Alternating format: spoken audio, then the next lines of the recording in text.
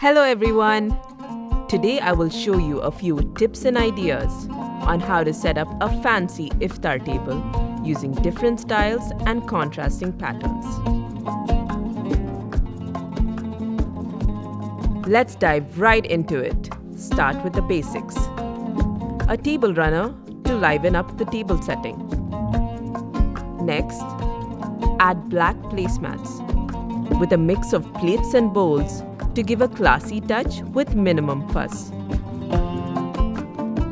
You can match the floral napkins with fresh flowers, candles and vases, which are all excellent choices for centerpieces.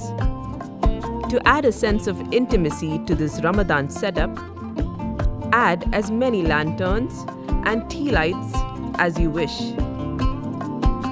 Oh, and remember, tea and desserts should be served at the end.